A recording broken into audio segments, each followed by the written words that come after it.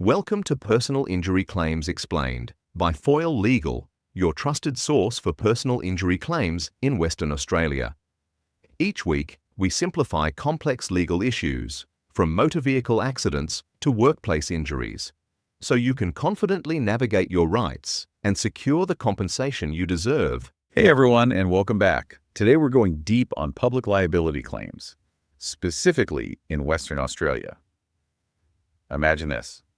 A New Year's Eve party, a balcony full of people, and suddenly, boom, the balcony collapses. Sounds like a nightmare scenario. It is, and it actually happened, leading to a big legal battle and a payout of, get this, over $500,000. Wow, $500,000. Yeah, and that's exactly why we're diving into this today. We're going to break down a landmark case from 2017. It's officially 2017 WADC 19, if you want to check it out. Right. We're going to use this case to really explore what negligence means in these situations, how economic loss is calculated, and even just some advice on what to do if you're ever in a similar situation.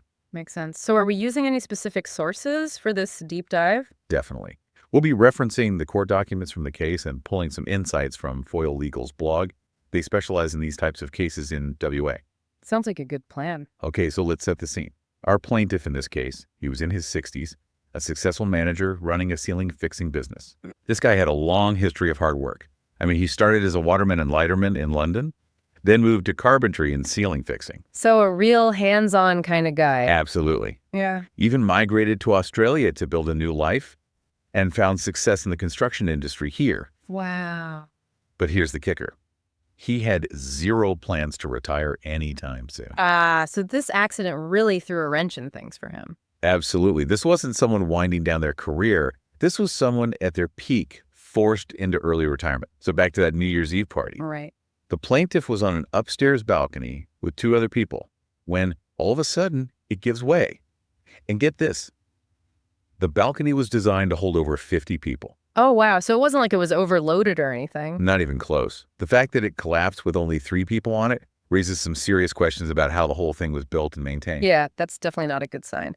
So what happened to the plaintiff after the collapse? Well, he fell 3 meters, and the injuries were, well, they were bad.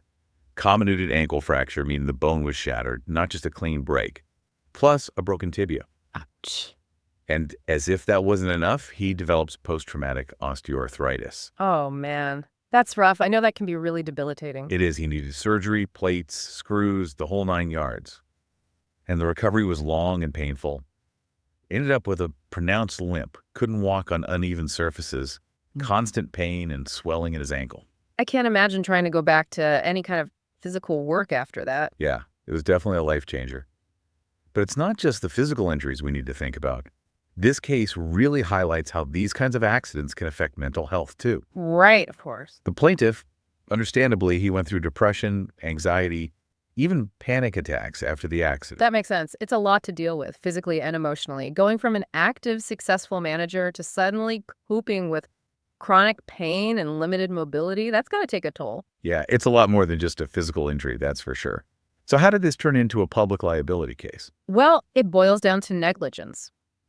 The plaintiff's legal team, they argued that both the builder who constructed the balcony and the Shire of Murray, which approved the building plans, they failed in their duty of care to ensure the balcony was actually safe. Interesting. So you've got multiple layers of responsibility here. Yeah, exactly. You've got the builder who physically built the thing, and then the Shire who gave the okay for the plans. And proving negligence in a case like this, well, it can involve getting pretty deep into how it was built. Were there building code violations?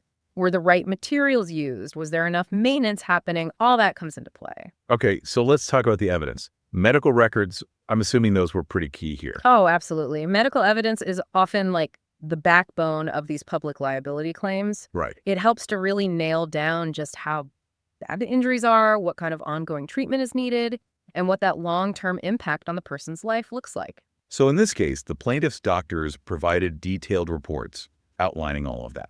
Exactly. They laid out the extent of his injuries, what his long-term prognosis was looking like, and how these injuries were impacting his day-to-day life. But it wasn't just about the medical reports. Right? This is where it gets interesting, right? Yeah, it's not just about paperwork. It's about real people's lives. So the plaintiff, his wife, even his employer. They all gave testimony about how this accident had turned his whole world upside down. Wow, so these personal stories really played a part in the case. They did. They helped paint a picture for the court, showed the real human cost of the accident. His employer, for example, he talked about how the plaintiff was known for being hands-on, really dedicated to his work. But after the accident, well, he just couldn't do his job the same way anymore. Right. It's a good reminder that these cases are about more than just legal principles. They're about people's lives. Couldn't agree more. So this case wasn't a straightforward open and shut kind of thing. There were some major points of contention that really shaped the legal battle, right? Oh, yeah, definitely. There were 3 key areas where things got pretty heated. First, was the builder and the shire actually liable for the accident? Could they have prevented it? Second, could the plaintiff have done more to minimize his losses, maybe by finding another job? This gets into the whole idea of contributory negligence or mitigating loss, right? Right. And then finally, how do you actually put a dollar figure on the impact of being forced into early retirement, especially for someone who is still in their prime, killing it in their career? Yeah, those are all huge questions. Yeah. Okay, so let's tackle those one by one. First up, liability. How did the plaintiff's legal team go about proving that the balcony collapse was a direct result of negligence on the part of the builder and/or the shire? They had to build a pretty strong case to show that this wasn't just some random freak accident. It came down to demonstrating that someone dropped the ball, didn't meet a reasonable standard of care, and that led to the accident. They had to present evidence about the construction of the balcony, any building code violations, whether there were any failures to properly inspect and maintain the structure, things like that. So it wasn't just about showing that the balcony collapsed. It was about proving that it collapsed because someone was negligent. Exactly. And this is where things can get pretty technical, often requiring expert testimony from engineers, building code specialists, anyone who can really analyze the structure and see if there were any deviations from accepted standards. Right, so it becomes a real deep dive into the nuts and bolts of the construction. Yeah. Okay, so let's move on to that second point of contention. Mitigation of loss. This is where it gets a bit tricky, isn't it? It can be, yeah. Even if someone is injured because of negligence, there's this expectation that they'll try to minimize their own losses, right? That's the idea behind contributory negligence. The defendants, in this case, they argued that even though the plaintiff was injured, he could have maybe found other work to lessen the financial impact. They were basically saying he wasn't doing enough to bounce back. So even in a situation where it seems like someone was clearly wronged, there's this extra layer where the court have to decide if the injured party is doing everything they can to recover and lessen the financial blow. Exactly. It gets nuanced, right? And this is where the specifics of the plaintiff's injuries become super important. How bad was his ankle injury? How much did it limit his mobility? Those details were key in determining whether it was reasonable to expect him to find a new job. It makes sense. It's not a one-size-fits-all kind of situation. Oh, not at all. Which brings us to that third and arguably the trickiest point, figuring out the economic loss. How do you even begin to put a dollar amount on the impact of this accident on the plaintiff's future earnings? This is where it gets really specific and requires understanding the plaintiff's situation deeply. You got to factor in their age, their income before the accident, their career path, their planned retirement age, and how their injuries now affect their ability to work in their field or even find a new job. Often, experts like economists and vocational specialists, they get brought in to project future earning potential and calculate the financial losses caused by the accident. Wow. So it's a whole lot more than just calculating the income they've lost since the accident. Yeah. You're talking about projecting what they could have earned if the accident had never happened. You got it. Mhm.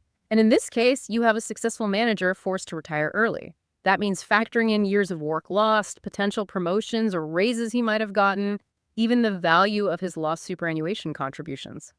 It gets complex. Yeah, that's a lot to consider. So after all that back and forth, what did the court decide? Did they side with the plaintiff? They did. Well, on most of the disputed issues, at least. They found both the builder and the shire negligent in ensuring the balcony's safety. Okay, so that's a big win for the plaintiff. Can you walk us through the main findings of the court? Sure. Basically, the court determined that the plaintiff's injuries were a direct result of that negligence and that his choice to retire was entirely forced because of how severe his injuries were. They basically dismissed the defendant's arguments about him not doing enough to minimize his losses. So they agree that expecting him to find a new job, given his condition and his previous role, was unreasonable. Exactly. And remember that principle of contributory negligence we talked about? Well, the court actually referred back to a 1968 case called Adams v. Ascot Iron Foundry, P80 Ltd., to emphasize that it's not the injured person's job to prove they did everything possible to minimize their losses. The burden of proof lies with the defendants to show that the injured person didn't take reasonable steps. That's a key point for anyone listening who might be in a similar situation. You don't automatically have to jump through hoops to prove you've done everything possible. Precisely. That's why having a good lawyer is so crucial in these situations. They can help you navigate all these legal complexities and make sure your rights are protected. So what about the financial side of things? How do they go about determining the amount of economic loss? Well, the court awarded the plaintiff a total of $505,327 in damages. That covered things like his lost earnings, his lost superannuation, any lost bonuses, interest on those losses, even dividends he missed out on from his business. Wow, that's a substantial sum. It really highlights the financial weight of these kinds of accidents. It does. And it's worth noting that this figure wasn't just pulled out of thin air. It was calculated very carefully, taking into account the plaintiff's specific circumstances and using relevant legal precedents and the Civil Liability Act of 2002, which, by the way, is a key piece of legislation in WA that governs personal injury claims. Right, so there's a whole legal framework that informs these decisions. Yeah. This case feels like it set a precedent for future public liability claims in WA. What are some of the big takeaways here? One of the most important precedents they referenced was from a 1995 case called Medlin v. State Government Insurance Commission. This case really got into the nitty-gritty of how to assess the loss of earning capacity. Can you explain what that means in a way that's easy to understand? Sure. It basically means that compensation in these cases isn't just about the wages someone has lost since the accident. It's about the loss of their ability to earn in the future. That's seen as a valuable asset in itself. So it's not just about recouping lost income, it's about recognizing the damage to their earning potential going forward. Exactly. In this case, the plaintiff's ability to earn a living, it was severely damaged, forcing him into early retirement, cutting his career short. And the court recognized that loss. This case really shines a light on the potential consequences of negligence and the importance of holding those responsible accountable. This whole case makes you think, about that balance between personal responsibility and the responsibility of those who manage public spaces. Like, where do we draw the line? It's a good point. We all have a duty to be careful, be aware of our surroundings, but at the same time, we should be able to expect that public spaces are safe and well-maintained. Right. We shouldn't have to constantly worry about balconies collapsing. Right. Exactly. I mean, in this case, there were so many points where things could have gone differently. Was the balcony designed right in the first place? Did they use the correct materials? Were there regular inspections to check if it was still structurally sound? It's kind of scary when you think about it. Like, are there all these hidden dangers lurking in places we assume are safe? It does make you wonder. We often take it for granted that places like shopping malls, restaurants, even a friend's house, they're safe. But this case is a reminder that that's not always true. Yeah, it really highlights that shared responsibility we all have. We need to be aware, but those who manage these spaces, they have a big responsibility to make sure things are safe for everyone. So it's about finding that balance between being cautious ourselves and trusting that those in charge are doing their part. I think vigilance is key, both for individuals and for society as a whole. We need to be aware of potential dangers and speak up if we see something that seems off, and we got to hold those responsible for public safety accountable. Absolutely. And this case shows us what can happen when things go wrong. The plaintiff's life was completely changed, lost his career, can't enjoy an active lifestyle anymore, and all the emotional distress on top of that. It's heartbreaking. It goes way beyond just legal principles and money. This was about someone's life being deeply affected by someone else's negligence. It really puts things in perspective. And on the flip side, you have the builder and the Shire. They're now dealing with the fallout, not just financially, but their reputation has probably taken a hit too. It's a wake-up call for everyone involved. Safety needs to be the top priority. So let's shift gears a bit and talk about some practical advice for anyone who finds themselves in a similar situation. We've got some great insights from Foyle Legal's blog.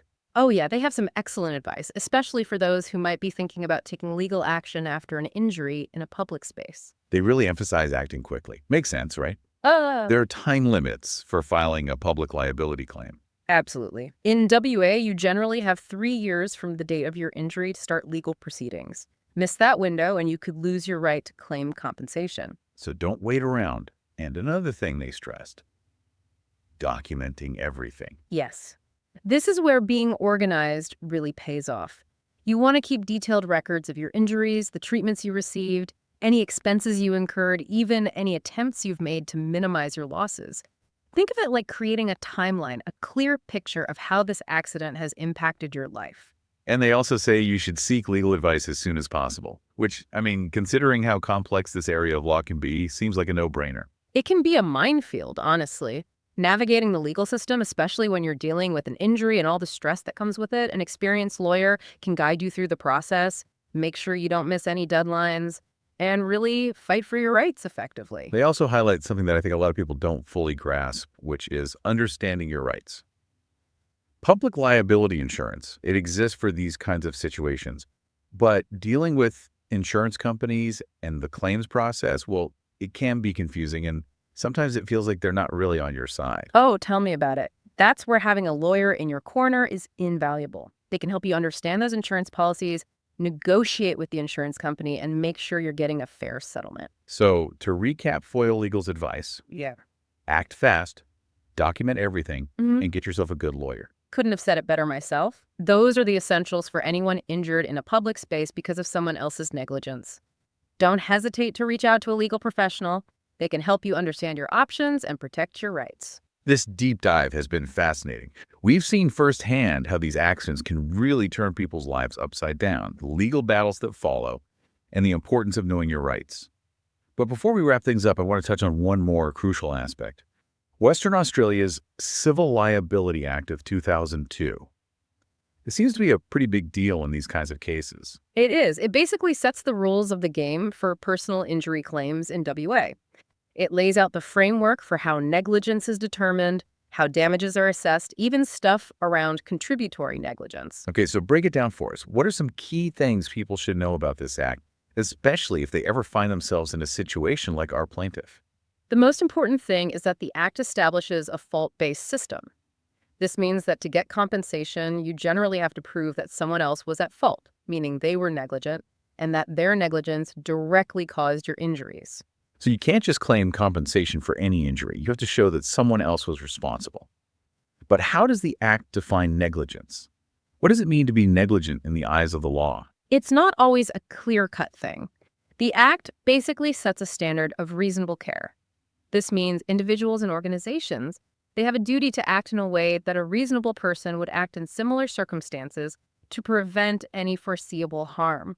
So if a reasonable person would have taken precautions to prevent an accident, and those precautions weren't taken, that could be considered negligence. Exactly. In this case, for example, a reasonable builder would have made sure the balcony was built up to code, able to handle the weight it was supposed to. A reasonable shire would have inspected the plans and the construction to make sure they were meeting safety standards. So the Act sets this benchmark of what's considered reasonable behavior to prevent harm. And if someone falls short of that, they could be held liable? That's the gist of it. But of course, there are always nuances and complexities within the Act, which is why getting legal advice is so important. Let's talk about those complexities a bit more. What about the concept of contributory negligence? How does the Act deal with that? The Act allows for what's called apportionment of damages based on the degree of fault. So even if someone else is found mostly responsible for your injuries, you could still see your compensation reduced if it's determined that you contributed to the accident through your own negligence. So even if you're the injured party, you could still be found partially at fault. That's right. Let's say, hypothetically, the plaintiff in this case had ignored a warning sign about the balcony's capacity or overloaded it way beyond what it was designed for. In that case, even though the builder in the shire might still be held primarily responsible for the collapse, the plaintiff's actions could be seen as contributing to the accident, potentially reducing the amount of compensation they'd receive. It's a good reminder that everyone involved needs to exercise reasonable care. But let's talk about damages. How does the Act guide the court in figuring out how much compensation to award in a public liability claim? The Act outlines several what they call heads of damage, meaning different types of losses you can claim compensation for. These usually include things like your medical expenses, both past and future costs related to your injuries. Then there's loss of earnings, which covers the income you've lost since the accident, and any future income you're likely to lose because of those injuries. So it's not just about the immediate costs, it's about the long-term financial impact as well. Exactly. Then you have pain and suffering, which is compensation for, well, the physical and emotional distress caused by the injury. And finally, loss of amenities. This compensates for the impact on your enjoyment of life, like not being able to do hobbies or activities you used to enjoy. So the Act provides a framework for looking at all the different ways an injury can affect someone's life and turning that impact into a financial figure. Right.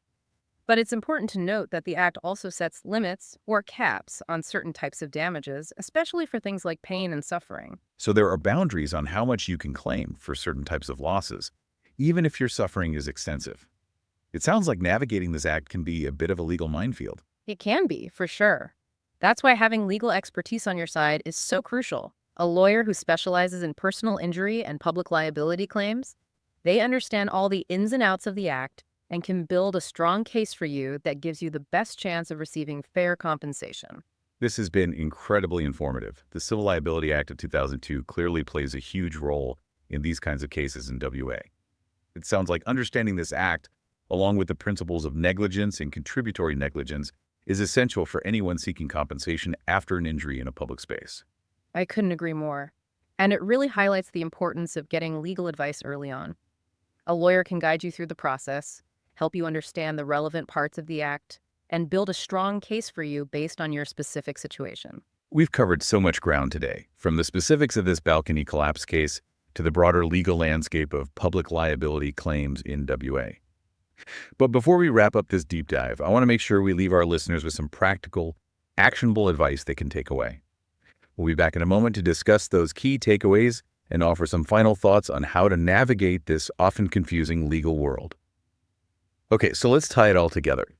We've looked at this balcony collapse case, explored negligence, and even delved into WA's Civil Liability Act.